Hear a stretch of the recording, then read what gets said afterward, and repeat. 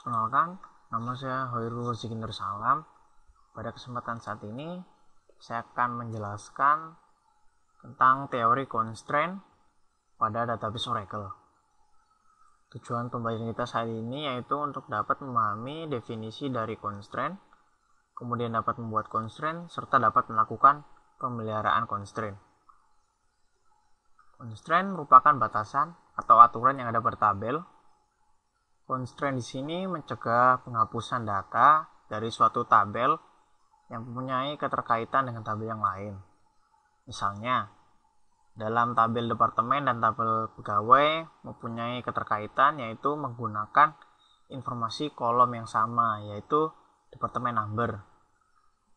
Jika baris dengan nomor departemen 10 akan dihapus dari tabel departemen, sedangkan pada tabel pegawai ada data yang menggunakan nomor departemen tersebut, maka dengan adanya constraint antar dua tabel, penghapusan tersebut tidak dapat dilakukan karena masih mempunyai keterkaitan dengan tabel yang lain. Untuk constraint, Oracle menyediakan beberapa tipenya, yaitu yang pertama not null, kemudian unique, primary key, foreign key, dan check. Sintaks untuk penulisan constraint itu create table, kemudian skema tabel, kemudian dalam kurung kolom data type default expression, kemudian yang di bawah baru menggunakan kolom constraint, tabel constraint. Itu constraint, nama constraint, kemudian tipenya, kemudian kolomnya. Pertama yaitu constraint not null. Constraint ini digunakan untuk memberi tanda untuk tidak boleh berisi nilai null. Biasanya kolom yang berfungsi sebagai primary key otomatis di set tidak null. Maka di sini ada sebuah ilustrasi itu dimana last name not null constraint karena tidak ada nama yang kosong. Kemudian hire date not null constraint. Namun pada departemen ID tidak adanya not null constraint membuat ada beberapa yang pada kolom departemen ID berisi nilai null. Jadi di sini menandakan pegawai tersebut tidak memiliki departemen. Untuk sintaksnya dari ilustrasi sebelumnya yaitu create table, kemudian nama tabel employees, kemudian kolom data type. Untuk not null, sini kita melihat last name, kemudian tipe data varchar, baru ditambahkan not null. Ataupun dapat juga dengan hire date, kemudian data type-nya date, kemudian constraint, nama constraint-nya itu emp hire date nn, baru diberikan nama sistemnya not null. Apabila langsung constraint nama constraint, di sini diberi nama user. Namun sedangkan tanpa pemberian nama constraint, kan namanya akan diberi nama sistem. Selanjutnya untuk constraint unique, itu mendefinisikan suatu kolom menjadi bersifat unik. Untuk ilustrasinya, sini untuk kolom email, semua email tidak ada yang sama. Maka di sini penggunaan constraint unique pada tabel employees. Namun jikalau kita insert into, itu menambahkan baris yang baru pada tabel employees, itu dengan dua data, yaitu data pertama Smith dengan email G Smith, kemudian data yang kedua Smith dengan email yang sama, maka tidak diperbolehkan. Karena constraint unique harus bersifat unik. Untuk sintaks dari ilustrasi sebelumnya yaitu constraint, kemudian nama constraint yaitu imp underscore email underscore uk, kemudian tipenya yaitu unique, kemudian nama kolom email. Selanjutnya yaitu constraint primary key, yang dimana constraint primary key membentuk key yang unik untuk satu tabel. Kolom yang didefinisikan sebagai primary key akan mengidentifikasi suatu baris data menjadi unik. Contoh penggunaannya itu constraint, kemudian nama constraint yaitu dep underscore id underscore pk, kemudian tipe primary key, kemudian nama kolom yang dijadikan primary key pada tabel tersebut. Selanjutnya ilustrasi penggunaan constraint primary key, itu dimana pada tabel departments kolom departemen ID diset sebagai primary key. Jadi pada saat menggunakan statement insert to, yaitu untuk menambahkan baris baru pada tabel departments, jika pada kolom departemen ID diberi nilai 0, maka tidak bisa atau akan terjadi error. Apabila nilai untuk departemen ID yang dimasukkan ganda dengan nilai yang sudah ada, maka tidak boleh juga karena primary key bersifat unik.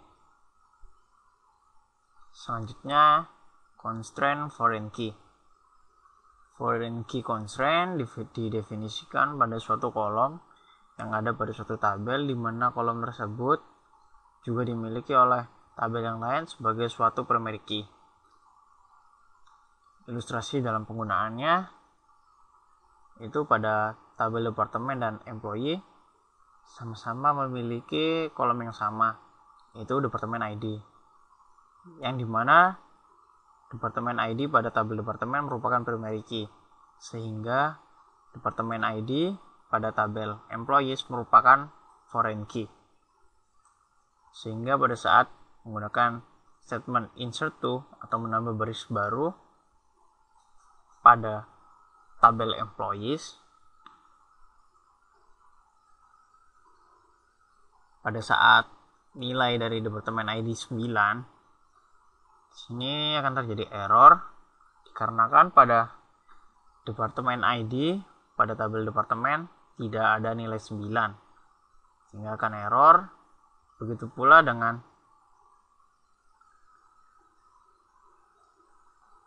namun apabila masuk pada nomor yang sama pada departemen ID dari tabel departemen, maka diperbolehkan untuk menggunakan klausa insert into. Untuk sintaksnya itu constraint, kemudian nama constraint, tipenya yaitu foreign key, kemudian nama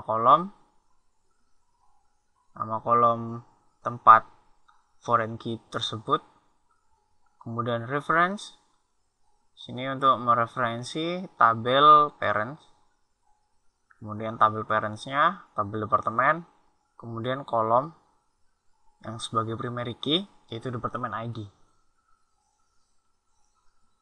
Selanjutnya yaitu keyword dari constraint foreign key. Itu yang pertama, foreign key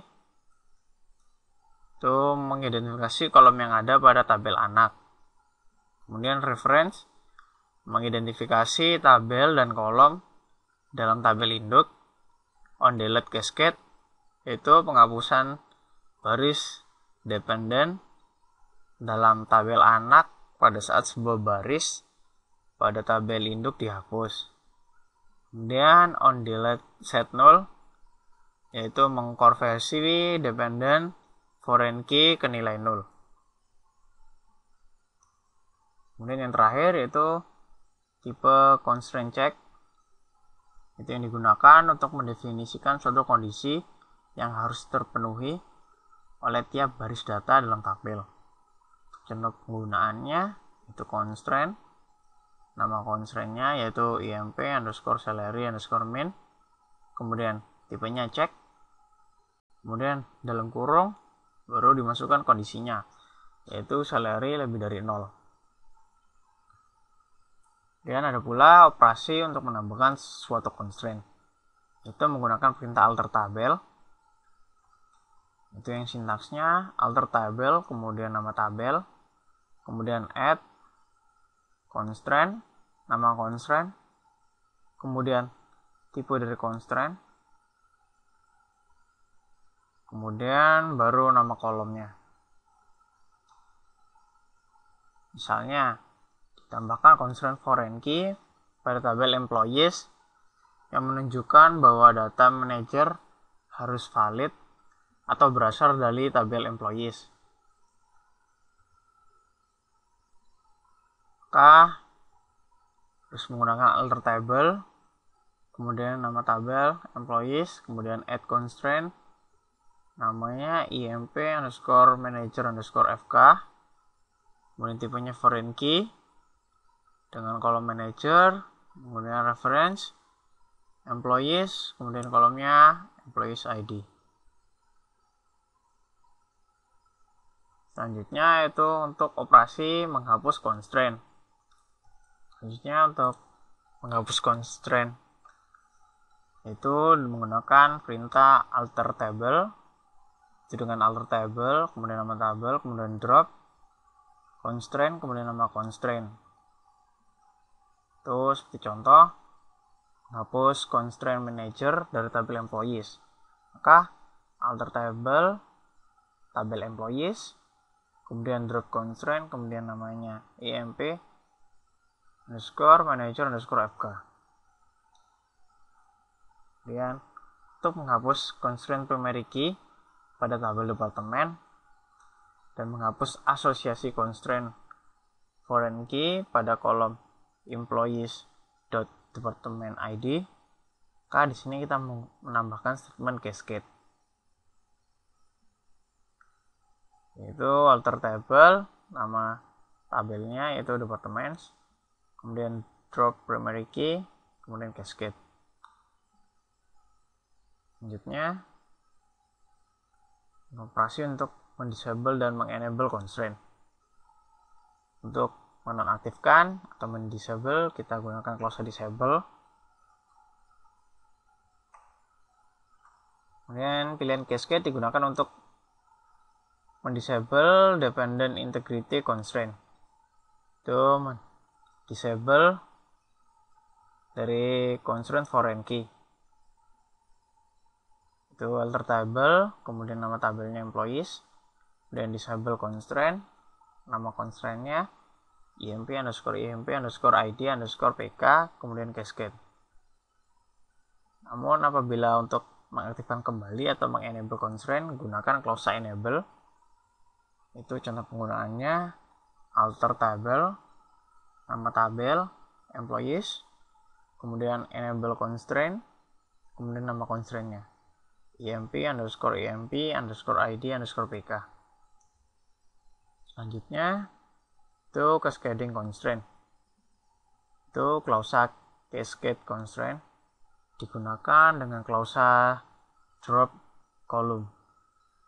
Klausa cascade constraint menghapus semua referential integrity constraint atau constraint foreign key yang merefer ke primary dan unique key yang didefinisikan pada kolom yang dihapus.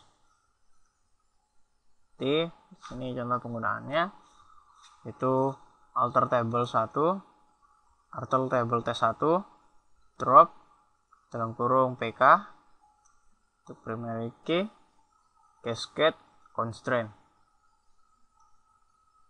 ataupun alter table t1 drop pk, fk, call 1 kurung cascade constraint. Selanjutnya itu operasi untuk menampilkan constraint. Itu tabel user constraint disimpan untuk menyimpan informasi tentang constraint. Kolom tipe constraint atau constraint type dapat berisi karakter C, R, PU, yang dimana C untuk constraint check, R untuk referential integrity atau foreign key, P untuk primary key, dan U untuk constraint unique.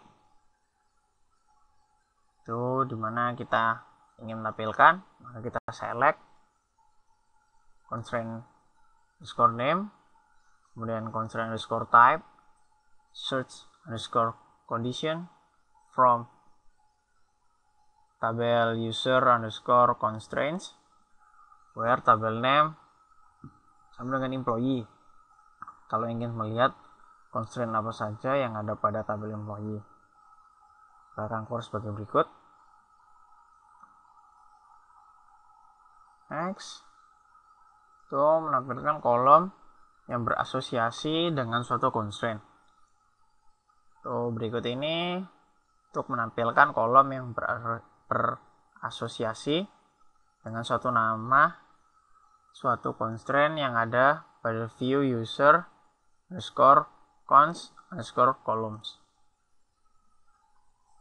Di sini kita select constraint underscore name, kemudian kolom underscore name from user underscore cons underscore columns, where tabel name sama dengan employees.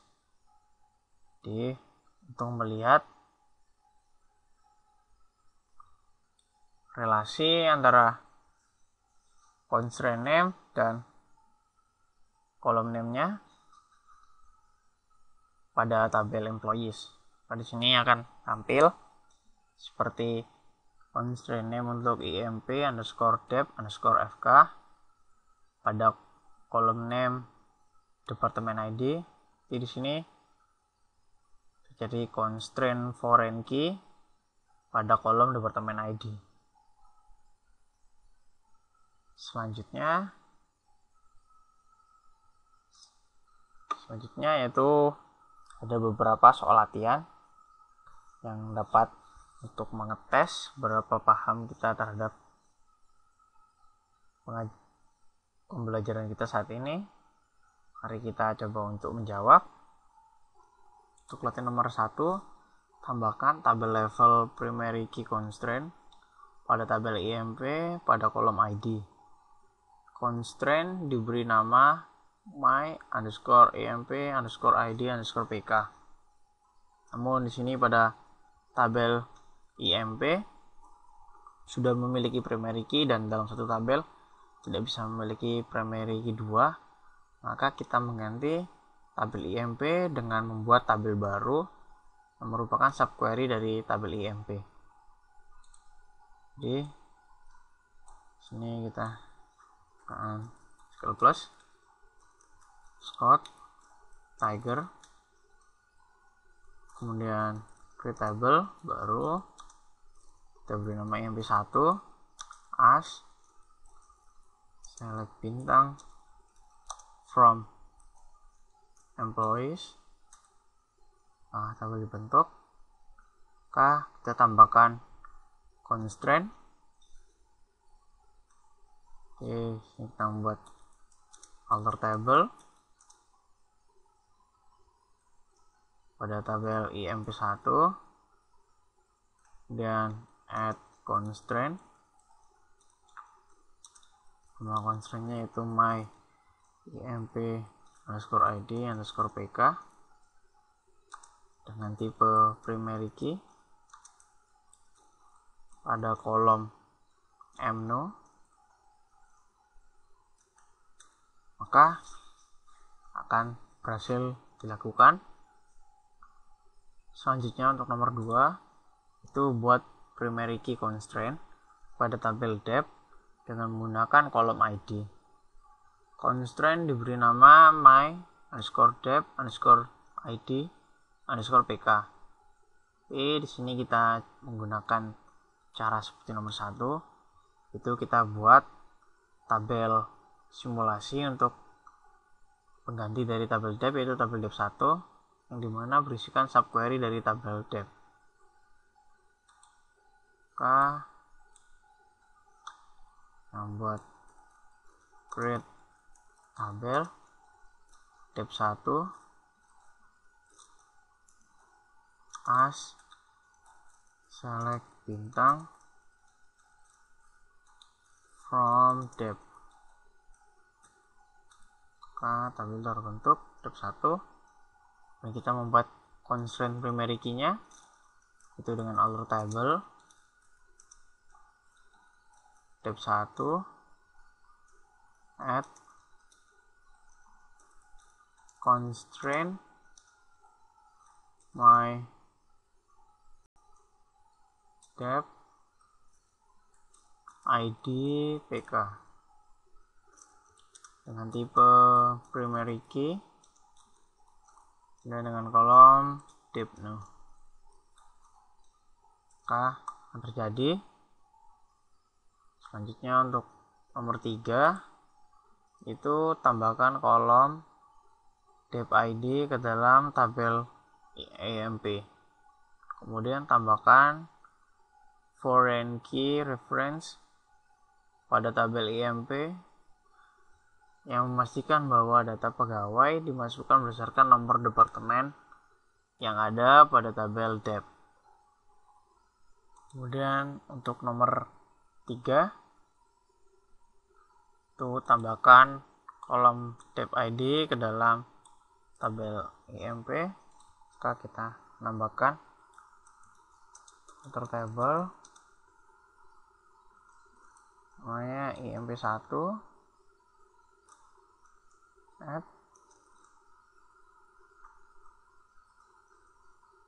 yang namanya dep id.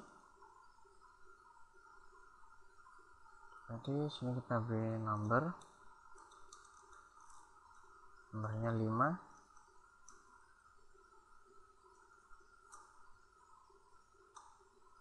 Alter berhasil. Kemudian tambahkan foreign key pada tabel EMP yang memastikan bahwa data pegawai dimasukkan berdasarkan nomor departemen yang ada pada tabel dep. Oke, sini kita gunakan alter table menambahkan constraint EMP1 kemudian add constraint, nama constraintnya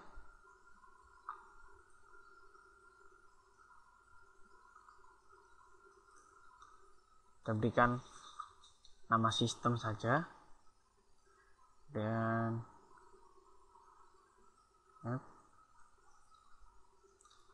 namanya kita beri nama sistem. Menggunakan foreign key dan namanya dep id reference dari tabel 1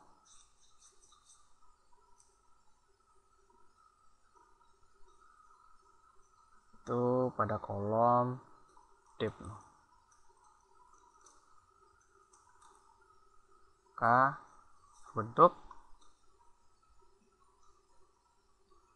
terbentuk sebuah constraint, itu constraint foreign key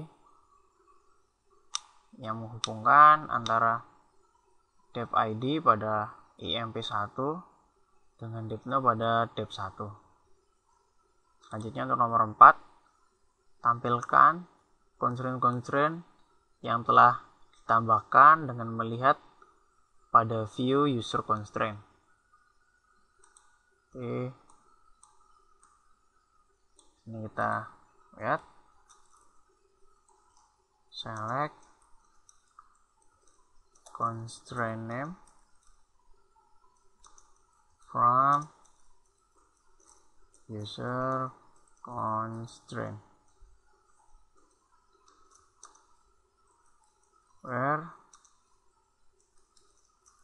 tabel name dengan mp1.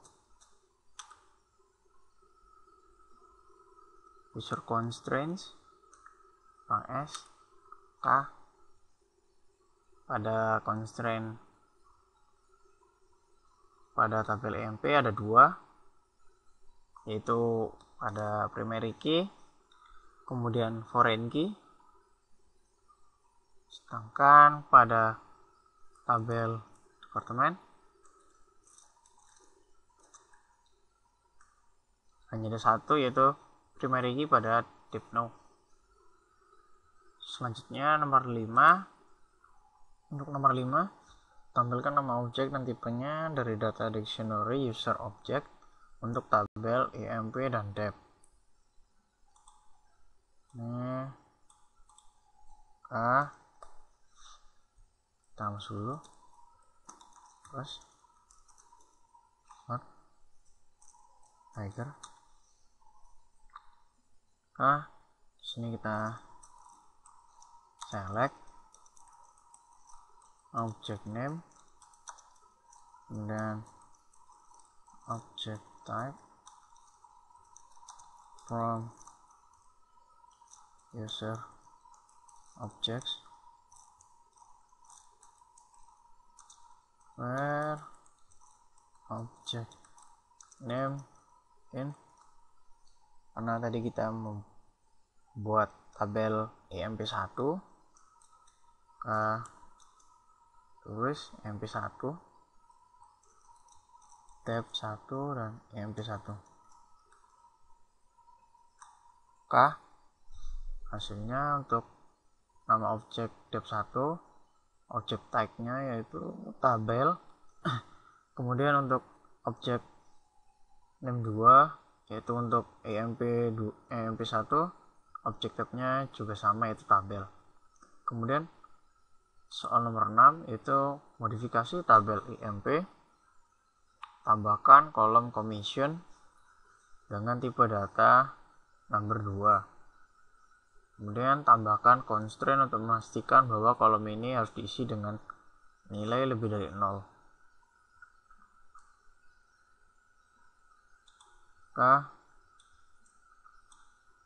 Sini kita menambah kolom menggunakan alter table. Untuk tabel MP1, add kolomnya commission number 2,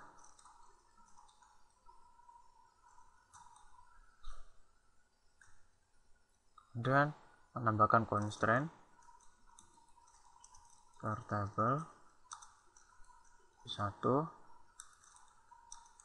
add constraint